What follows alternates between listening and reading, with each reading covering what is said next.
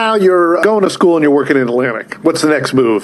So then I decided, I found out there were these guys that at various times I was delivering the mail or doing other things, and I started to see these A&R guys, right? I would deliver the mail to the office, and none of them looked particularly adept to me. And they weren't, actually. Atlantic, I think Ahmed had signed all the hits or whatever it was, or Phil Carson or somebody. And, so I was like, fuck, it seems to me that if I could be half good at this, I'd be 3/4 better than the rest of these guys. That was actually my calculus. So I decided I need to get a job doing A&R. Well, that was tricky. So what happened was sort of a miracle. The Zebra, did I ever tell you the Zebra story? No. So here's how I found my way into the A&R department. And I think for people who may be listening that want to make it in the music business or starting to make it in the music business, this story is probably going to be helpful. So I decided that I would study, because rock was my shit, right? And there was a magazine back then, which you'll remember, called Album Network. Of course. And Album Network was the Bible of rock radio. And on the cover, they would print here's the 4 biggest gainers, here's the 4 top new releases, here's the 4, whatever the fuck it was. There were 16 albums on the cover, and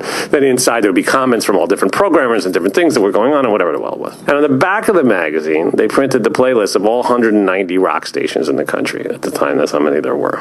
And they were very small, but my eyes were 20/20 back Exactly. then. And it was plus, really small. And plus I was smoking weed, and I would just sit there and stare at these things. And I said, you know what, if I can find, and they would have the name of the radio station, the phone number, and the name of the program director, music director.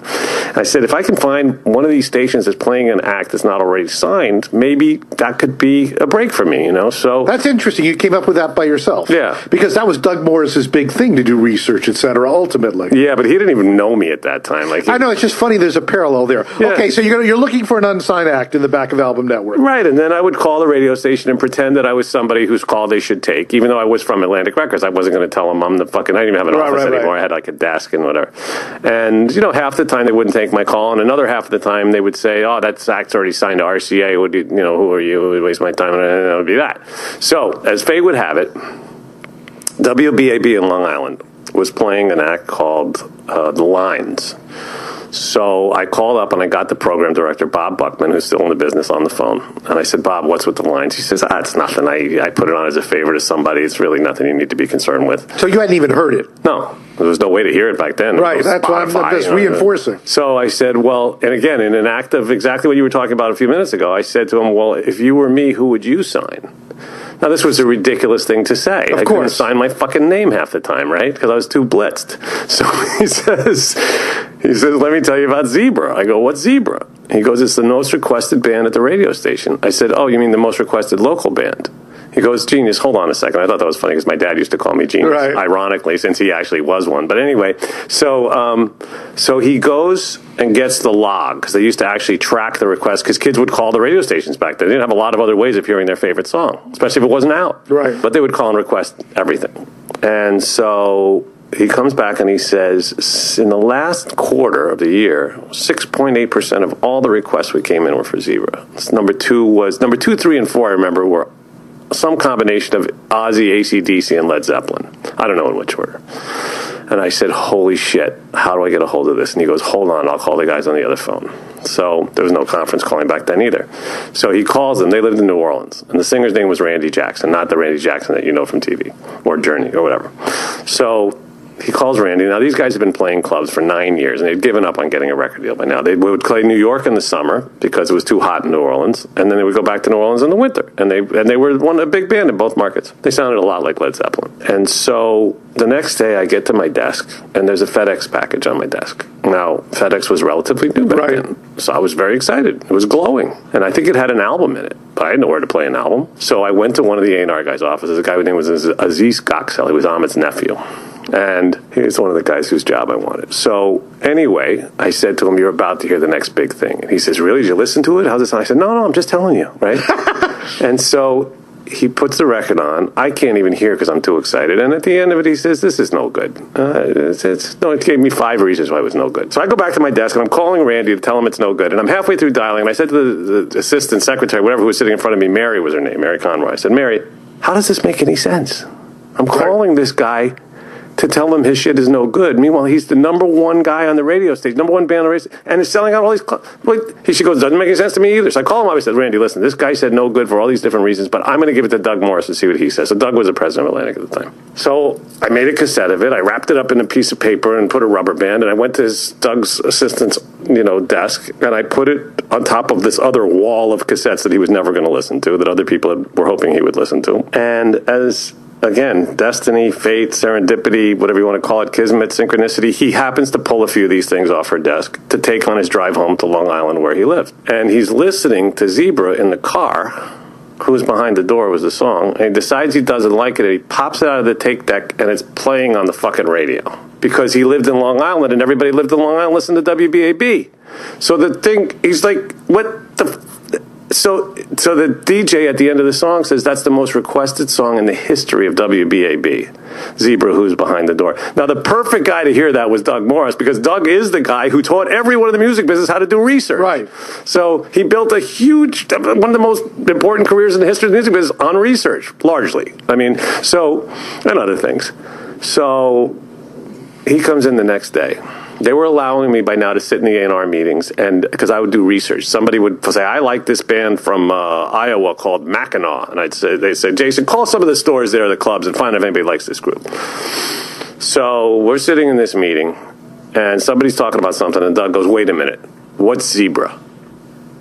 And I'm sitting there, having like, right. I'm stunned. And he goes, this is genius. And I was like, huh? And he goes, fly these kids up here, I want to meet them. So that's how it all started. And it was a crazy process from there, too. But the great thing was that the demand had built up so much that when the record came out, it was literally midnight madness. Kids all cut school. Records came out on Mondays in those days. And the kids all cut school and went to the store, and they were pulling them out of the boxes before the guy could even stamp the price on them. And they were buying 2 or 3 copies at once. And it became a big out-of-the-box smash in these 2 markets. So now all of a sudden they were like, hey, this kid must know what he's doing. Let's give him a job doing A&R. And I was like, thank you. And that's how it started. Okay, how long after you started at Atlantic did that transition take place? It's only a couple of years. I was in college. Okay, so how long did you go to college for? 2 years and change. And how did college end?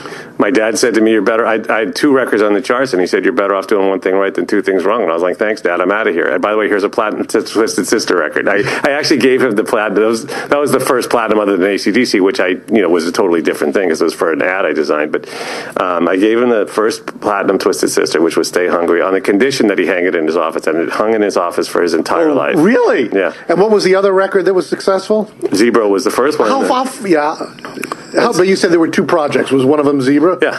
How far did Zebra go? They went gold. It didn't get much. And then the second record, unfortunately, Jack Douglas was the producer, and Jack was a mess. And he was really losing it. John Lennon had been his best friend, and John had been killed, and he was going through a terrible period. And he really, it was, and by the way, making the Zebra record was an insane experience, too, because Jack was already in this state. And now I had gone, what happened was... And you hired Jack because he did all the legendary Aerosmith records. So, yeah, what happened was Doug had gotten cold feet at a certain point. And I would come home at night and say, Dad, I don't understand. What do I do? How do I go back to this? And he'd give me advice how to approach him every day and say something different. But finally, I decided I got to get this off the dime. So I went and I figured I'd call Jack Douglas. He just won the Grammy for Double Fantasy. Right.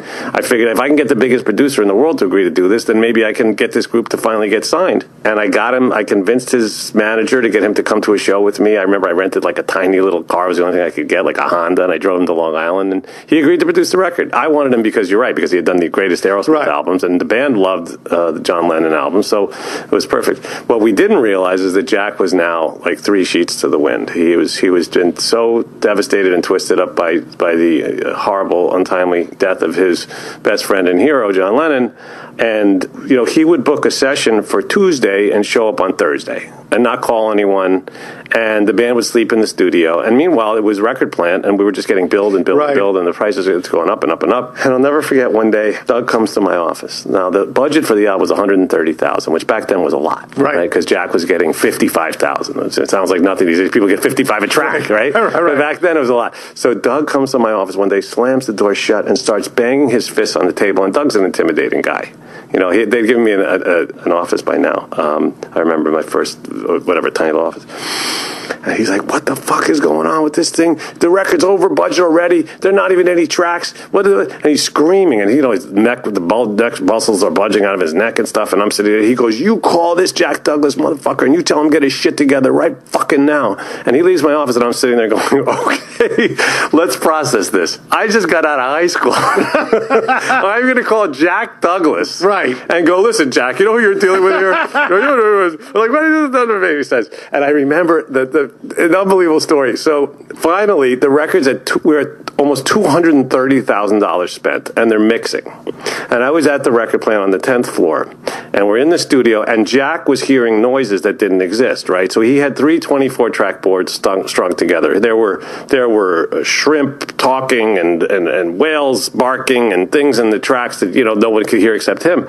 But we had all these things strung together, and in those days there was no automation, so everyone's got their hands on the boards, and I don't know what I'm doing, but everyone's doing something. And the manager of the record plant, a guy named Mitch, comes in the studio and says, Jack, it was 10 to 4 on a Tuesday, and he goes, Jack, you're done. I've had it with your bullshit. You're out of here. The fucking record, Atlantic pulled the plug. The record's canceled. Get the fuck out of my studio. Because he had it, right? And I'm sitting here watching this hero of mine being screamed at by the general manager of the record plant, and I'm also watching my career go up in smoke. Right, because Atlantic's pulling the plug on the only record I'm ever going to sign. And so Jack goes, give me 10 more minutes to finish the album. I need 10 fucking minutes. And I'm like, you can imagine I'm like in a ping pong match, right? My head's going back and forth. I'm like, what am I supposed to do? So the guy says, you got 10 minutes to finish this album. Obviously ridiculous.